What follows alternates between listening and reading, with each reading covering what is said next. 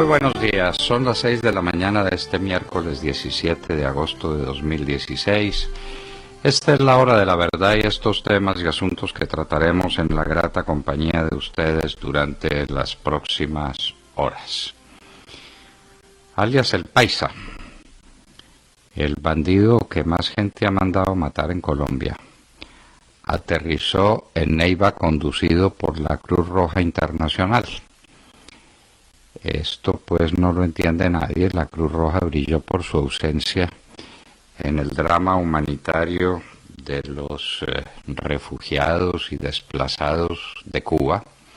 No estuvo, pero para transportar al Paisa está lista la Cruz Roja Internacional, que se ha dedicado en Colombia a ponerse al servicio de los bandidos.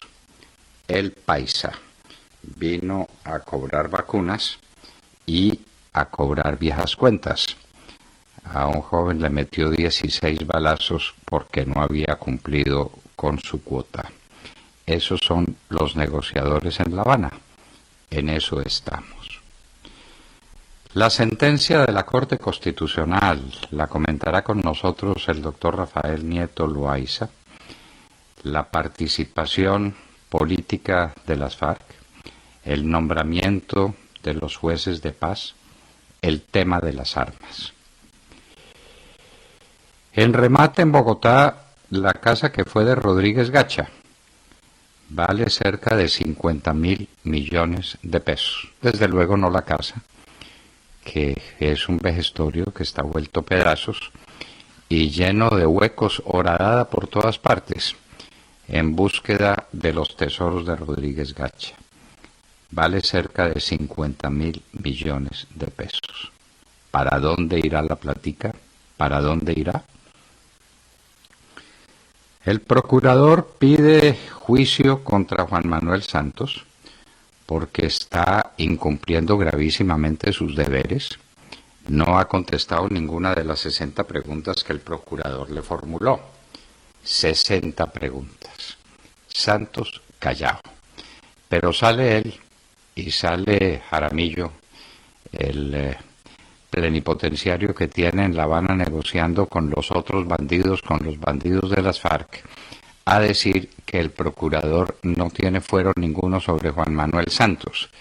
¿Será que este Jaramillo ha abierto la Constitución Política de Colombia? Porque Santos nos consta que no la ha abierto, y si la abre, pues no nos sacamos mucho porque la va a entender muy poco. Las funciones del procurador están claramente expuestas en la Constitución Nacional y se refiere a la vigilancia del cumplimiento de todas las funciones del Estado y de toda la actuación de los funcionarios públicos. Que no tenga acción disciplinaria contra alguno de ellos no significa que los actos de ese funcionario escapen al control del procurador. De otra manera sería un absurdo la institución. El Bundesbank de Alemania propone pensión a los 69 años de edad.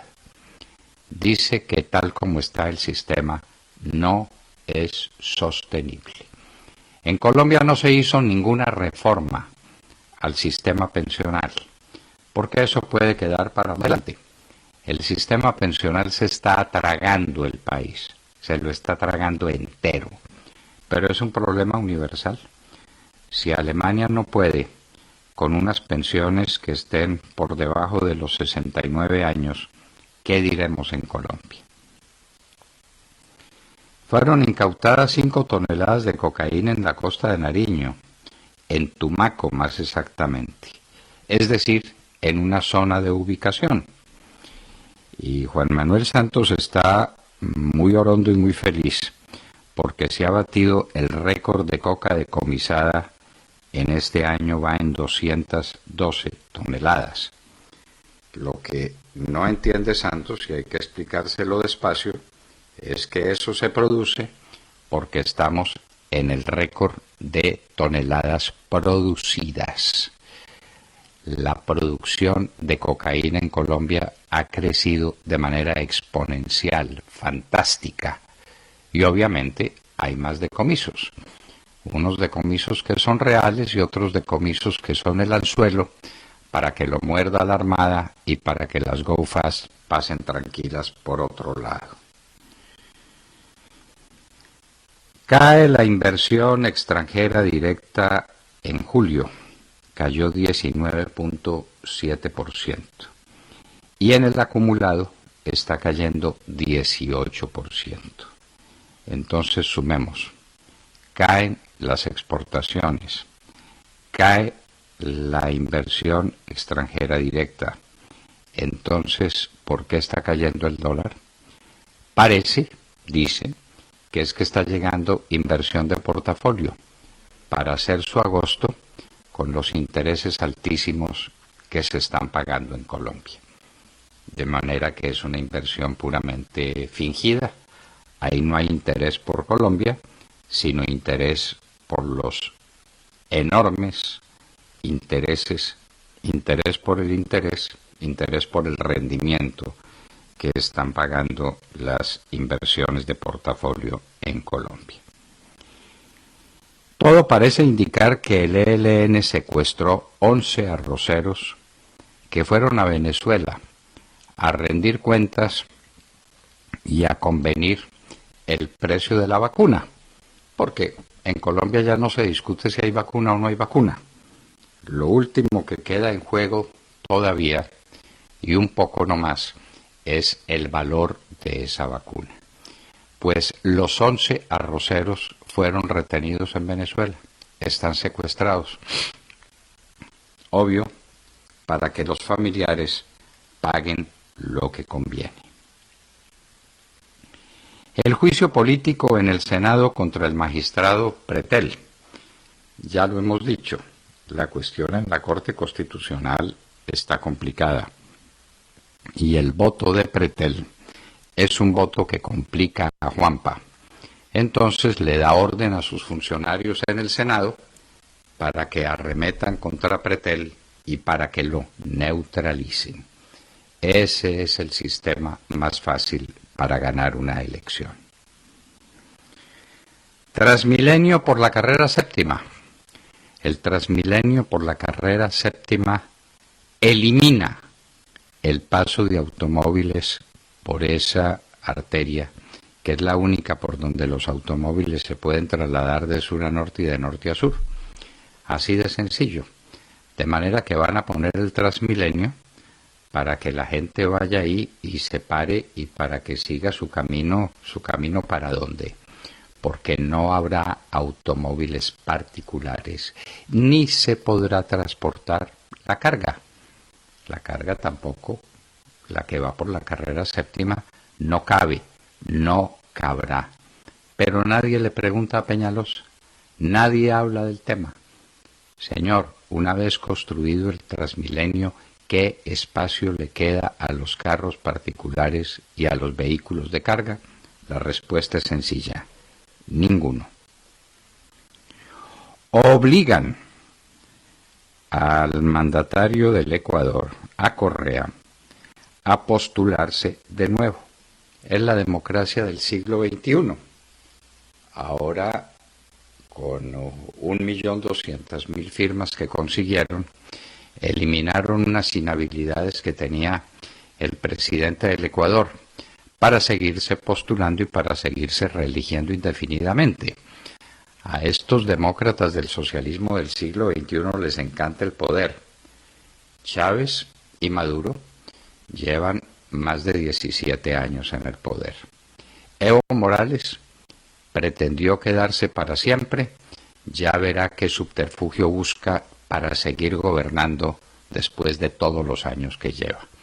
Daniel Ortega se quedó en Nicaragua. Los Castro llevan más de 50 años. Esa democracia del siglo XXI definitivamente es una maravilla. La industria tiene números positivos por refinación de petróleo, es decir, por reficar. Pero el comercio minorista está a la baja en términos absolutos, está bajando 0,7%. Entonces uno se pregunta, Si no hay exportaciones manufactureras adicionales y el comercio está cayendo, ¿para qué está produciendo más la industria? ¿Para acumular más inventarios? Se retractó el testigo que acusó al general Torres Escalante, ahora la emprendió contra un coronel por los supuestos falsos positivos en Casanare. Entonces, ¿qué dijeron los jueces sobre esa retractación? Que no vale. La retractación no vale. De manera que los jueces tienen dos declaraciones. Una, en la que acusan al general Torres Escalante. Otra, de ese mismo personaje, que dice que no, que estaba equivocado, que el general Torres Escalante no sabía que se estaban cometiendo esos crímenes en el Casanare. ¿Con cuál se queda la corte? Con la primera, porque la segunda no vale. Esta justicia nuestra definitivamente es muy especial. ¿Cuánto vale Ecopetrol?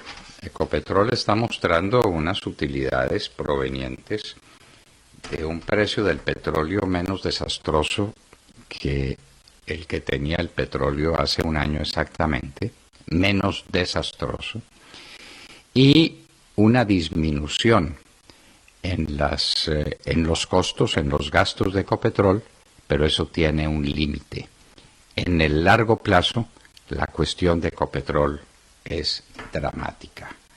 No podrá seguir disminuyendo costos, no tiene reservas, las está perdiendo, no hay exploración, no hay estudios de sísmica. ¿Cuál es el futuro de Ecopetrol? ¿Cuánto vale? Cerrado diario procurdo en Turquía. La acusación es que estaba trabajando en favor del terrorismo procurdo. Entonces lo cerraron y detuvieron a 23 periodistas. Erdogan al ataque. Secuestro masivo en Puerto Vallarta. Puerto Vallarta es uno de los lugares más hermosos que tiene México para el turismo. Ya Acapulco se ha vuelto un lugar prácticamente imposible por acción de las mafias que ahora están en Puerto Vallarta. Allá se produjo un secuestro masivo de bandidos, incluyendo el hijo del Chapo. Pero si uno es turista y se va para Puerto Vallarta, sabrá dónde meterse y dónde no meterse, dónde llegan los bandidos y dónde no.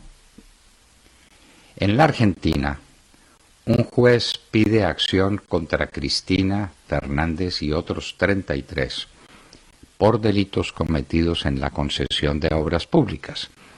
Recuerden ustedes del ministro de Obras Públicas que había escondido unas bolsas llenas de dólares en un convento de monjas amigas y que tirando por encima del muro que separa el convento del resto del mundo fue sorprendido. Pues ahora el juez argentino pide acción contra Cristina Fernández. En México, hace un minuto hablábamos de Puerto Vallarta, pues hay otro lugar hermosísimo y muy cercano al DF, al Distrito Federal, que es Cuernavaca. Hay una marcha en Cuernavaca inmensa contra la inseguridad. La gente en México no sabe qué hacer. Y el turismo se va a ver afectado. Y el turismo es uno de los renglones principales de la economía mexicana. Violencia en Cachemira, al norte de la India.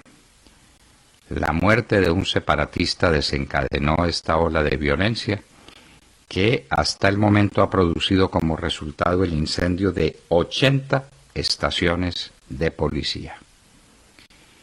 Irak, el gobierno, recupera de ISIS seis aldeas próximas a Mosul, que ha sido una de las ciudades claves del grupo ISIS.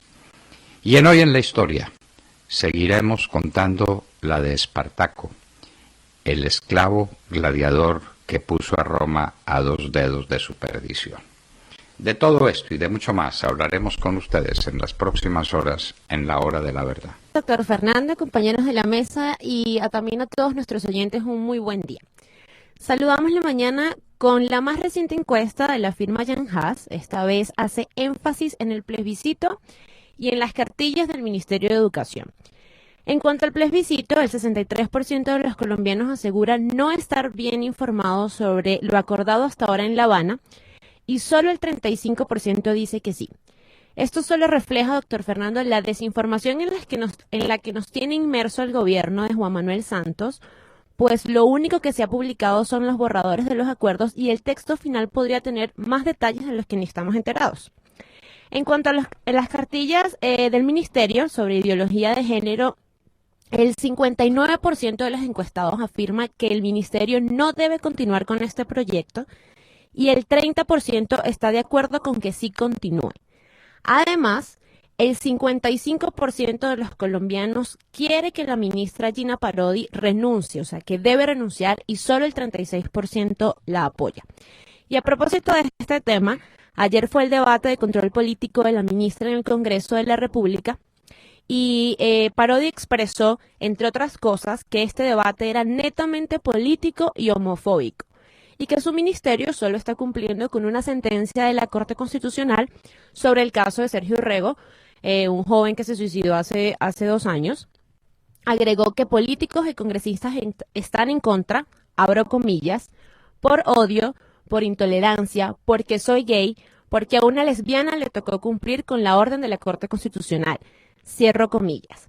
Recordemos que este debate fue una petición de la senadora María del Rosario Guerra, quien en su intervención le dijo a la ministra Parodi que mentía, pues ésta negó la existencia de la cartilla cuando ya estaba publicada y firmada por el ministerio, al ver que los colombianos no están de acuerdo con la imposición de la ideología de género en los colegios. Parodi finalizó su intervención asegurando que los colegios son autónomos para definir sus manuales de convivencia. Entonces, ¿por qué imponer esta cartilla, doctor Fernando? ¿Por qué imponer esa cartilla a la fuerza? Es una gran pregunta. Y esa disculpa, pues, de que ahora cualquier cosa que se le diga a una ministra no se le puede decir porque es lesbiana. Pues no tiene sentido. La ministra Gina Parodi debe defenderse de otra manera que la de apelar a su condición sexual, que la tendrá y que nadie se tiene que meter con ella mientras ella no meta su condición sexual en la vida de los colombianos, que ese es otro tema y bien distinto. En todo caso, gran debate se le hizo ayer a Gina Parodi y hoy aparece en Jan Haas lo que los colombianos están pensando de la famosa cartilla y pensando de otras cosas fundamentales. Los invitamos a que vean y a que analicen esta encuesta que ya se está volviendo un punto de referencia obligado de la política colombiana. La encuesta de Jan Haas. William Calderón. Doctor Londoño, buenos días Colombia, gracias por invitarnos a sus hogares y a sus vehículos. Hoy es miércoles 17 de agosto del año 16, son las 6:21 de la mañana. El procurador no tiene fuero sobre el presidente Santos, y lo dice el propio Juanpa. El procurador que tiene a su cargo la vigilancia de todo el aparato estatal no está facultado para vigilar la cabeza de él mismo. Lo sostuvo esta mañana en sala de redacción el director de la Hora de la Verdad, doctor Fernando Londoño Hoyos. Frente a la petición que hizo el corajudo procurador Alejandro Ordóñez para que la Comisión de Absoluciones le abra una investigación formal al presidente bolivariano Juan Manuel Santos, el alto atolondrado para las FARC, Sergio Jaramillo, afirmó que el Ministerio Público no tiene las competencias para este tipo de solicitudes. Abro comillas. El procurador no tiene fuero sobre el presidente de la República, que es la persona que dirige en representación de todos los colombianos el proceso de paz, explicó Jaramillo. sobre los cuestionamientos del procurador, basados en sendos cuestionarios, que incluyen uno de 60 preguntas sobre el cacareado proceso de paz. Jaramillo invitó al jefe del Ministerio Público a leer los acuerdos. Doctor Londoño, ¿dónde queda el artículo 277 de la Constitución, en los numerales primero y sexto, que a la letra dicen vigilar el cumplimiento de la Constitución, las leyes, las decisiones judiciales y los actos administrativos, ejercer vigilancia superior de la conducta oficial de quienes desempeñan funciones públicas, inclusive las de elección popular, ejercer preferentemente el poder disciplinario, adelantar las investigaciones correspondientes e imponer las respectivas sanciones conforme a la ley. Doctor Londoño, pero el sátrapa colombiano ya hasta desconoce la Constitución. ¿Estamos en manos de un dictador? Sí, hace mucho rato estamos en manos de un dictador, pero lo de Jaramillo es inusitado, ¿Sí? Es decir, uno puede ser ignorante, pero debe tener cierto pudor. El doctor Jaramillo es ignorante y no tiene pudor. ¿Sí? El procurador no se está tomando competencia ninguna para juzgar a Santos. Está estableciendo juicios de valores sobre las actuaciones de Santos que encuentra reñidas con la Constitución y la ley, porque eso es lo que le manda la Constitución que haga. Y en materia disciplinaria, le pasa la denuncia a la Comisión de Acusaciones. Jaramillo dice que el procurador no tiene competencia para presentar esa denuncia. ¿Cuál le parece? Doctor Jaramillo, usted es muy ignorante. Hay una cosa que se llama el deber de denuncia, que no solamente tiene el procurador, sino cualquier funcionario público y cualquier ciudadano que tenga conocimiento de la comisión de un delito o de una contravención por parte de un servidor público. ¿Cómo le parece? Esa competencia la tengo yo e inclusive la tiene usted y la tiene cualquiera. La potestad de denunciar, que es al mismo tiempo una obligación. El procurador no solamente tiene competencia, sino que está obligado a poner en conocimiento de la Comisión de Acusaciones las violaciones de la Constitución y de la ley que presencie o de las cuales violaciones sea testigo en materia disciplinaria y en materia penal también. Entonces, doctor Jaramillo, ¿sí? Cuando uno ignora las cosas, por lo menos debe tener cierto pudor. El procurador sí está facultado para poner denuncia y está facultado cualquier ciudadano colombiano que tenga conocimiento de actos como estos del presidente Juanpa, que violan la Constitución y las leyes de la República. ¿De dónde sacó? Pero bueno, ¿sí? ¿De dónde sacó el filóglata, experto en griego, esa figura de que al presidente no lo puede investigar nadie? ¿De qué parte? No, que no lo puede investigar y que no lo puede denunciar. ¿Cómo le parece? Es que la obligación de denuncia que está en el Código Penal. Es más, si alguien, teniendo conocimiento de la comisión de un delito, no lo denuncia, está cometiendo un delito. Bueno, pero el doctor Jaramillo, pues él es así, tal vez por eso sea por ignorancia invencible por la que está metido en lo que está metido. ¿Qué le vamos a hacer? Santiago Castro. Doctor Londoño, muy buenos días a nuestros oyentes y a los compañeros aquí en la mesa. Cifras preliminares del Banco de la República revelan que la inversión extranjera neta en Colombia cayó en un 19,7% en julio, frente al mismo mes del año pasado. De igual modo, en el acumulado neto entre enero y julio, la caída fue del 18,6% frente al mismo periodo en 2015. Sin duda, doctor Londoño, el sector más afectado es el minero energético. La industria, como usted lo recordaba ahora, cierra el mes de junio al alza con una variación positiva del 6,6%, de acuerdo con cifras de la encuesta mensual manufacturera del DANE.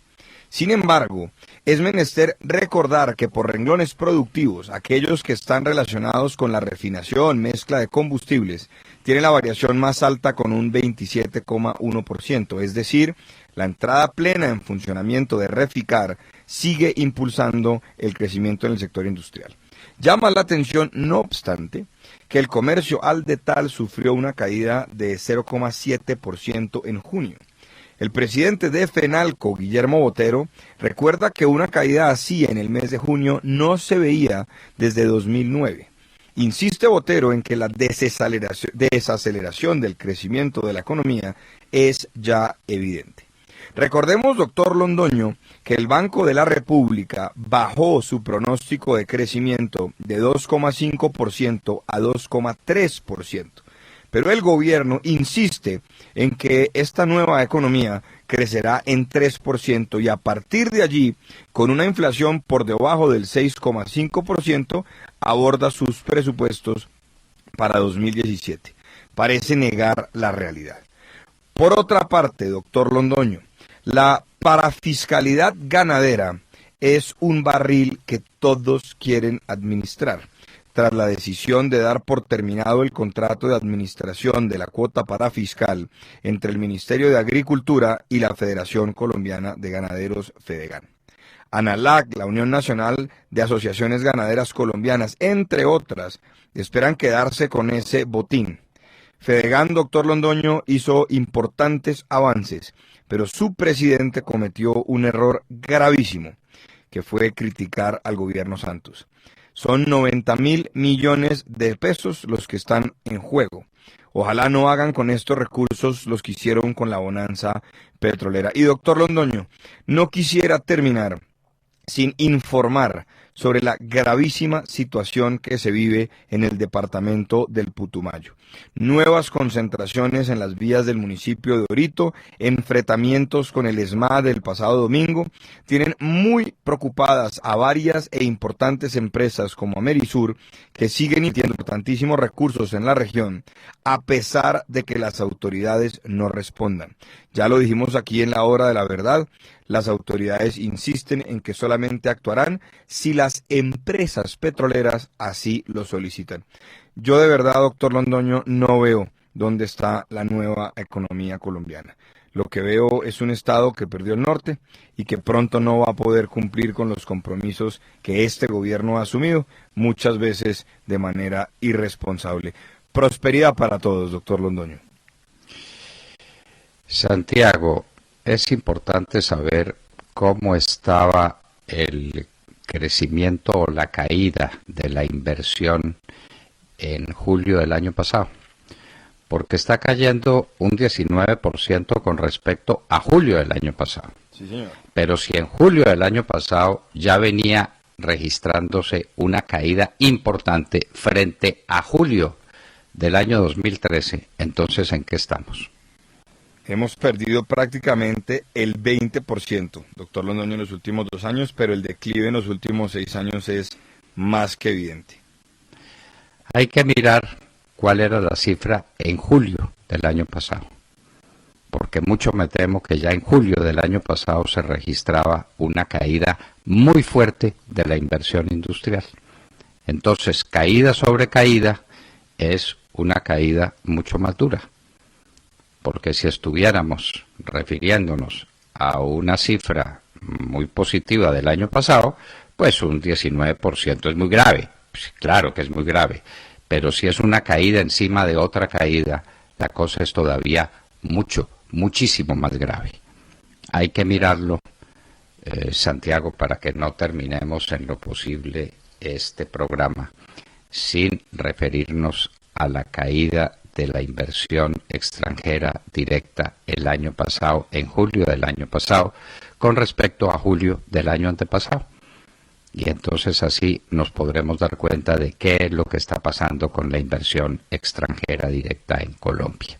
En el sector petrolero nadie quiere invertir por la acción de las comunidades, por las bombas, por las amenazas, por los sobrecostos, por los problemas del transporte y porque además hay un petróleo en el mundo que es superabundante y petróleo de mejor calidad que el que produce Colombia. Así pues que las perspectivas de la inversión en Colombia son perspectivas lamentables. Y seguimos en Juegos Olímpicos de Río. Uno quisiera que esto no terminara porque es una fiesta bellísima, la fiesta de la fraternidad universal a través del deporte. Tata Castro, buenos días. Doctor Londoño, muy buenos días, amigos oyentes. En los Juegos Olímpicos de Londres 2012, Colombia llevó 3 boxeadores y ninguno pasó de la primera ronda. En estos Juegos, 4 boxeadores en masculino y 1 en femenino representan a nuestro país. Ya se ganó una medalla de plata en este deporte y ayer Ingrid Valencia clasificó a la semifinal y se aseguró la de bronce con posibilidad que sea medalla de plata o, ¿por qué no?, de oro. Esta boxeadora colombiana del Cauca se convirtió en la primera mujer en ganar una medalla olímpica en este deporte para nuestro país. Ya van 2 medallas en boxeo y hoy el colombiano Seiber Ávila puede seguir sumando si gana su combate de cuartos de final de la categoría mosca. El país revive su gloria olímpica con el boxeo 28 años después. Y hablando de otro deporte, hay que destacar la clasificación a la final ayer del colombiano Sebastián Morales en el salto de trampolín de 3 metros. Colombia nunca ha ganado una medalla olímpica en natación y menos en esta modalidad. Muy bien por Morales, se está acercando. Pese a que hizo su mejor esfuerzo, terminó en el último lugar entre los finalistas. La gimnasta estadounidense Simone Biles se despidió ayer de los Juegos Olímpicos de Río de Janeiro con otra medalla de oro. Ganó la final de suelos y completó 4 medallas doradas de 5 posibles y 1 de bronce. Que no se le borre nunca su sonrisa a esta atleta estadounidense. Brasil eliminado en la semifinal del fútbol femenino. Las brasileras perdieron 4-3 por penaltis frente a Suecia. Las locales continúan sin poder ganar la medalla de oro olímpico. Suecia había eliminado a Estados Unidos, oigan esto, a Estados Unidos, campeonas olímpicas en cuartos de final, también desde los 12 pasos. Jugarán la final el próximo viernes frente a Alemania, que venció a Canadá 2-0 ayer. Ni Suecia ni Alemania conocen el oro olímpico y Alemania también es semifinalista en la rama masculina, hoy frente a Nigeria y Brasil frente a Honduras. Hoy los colombianos tendrán acción en lucha, BMX, taekwondo, boxeo y más deportes. Acaba de comenzar el golf olímpico femenino. Allí estará María José Uribe a punto de salir a jugar.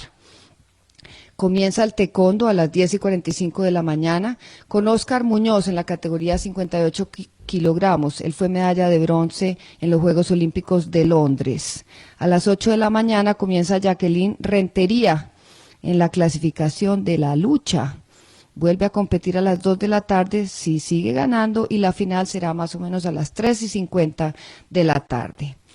No se pierdan el ciclismo BMX. Comienza Mariana Pajón su defensa del título de los pasados Juegos de Londres. Será a las 11:30 de la mañana, hora de Colombia, la clasificación. Si avanza, semifinal y final serán el día viernes.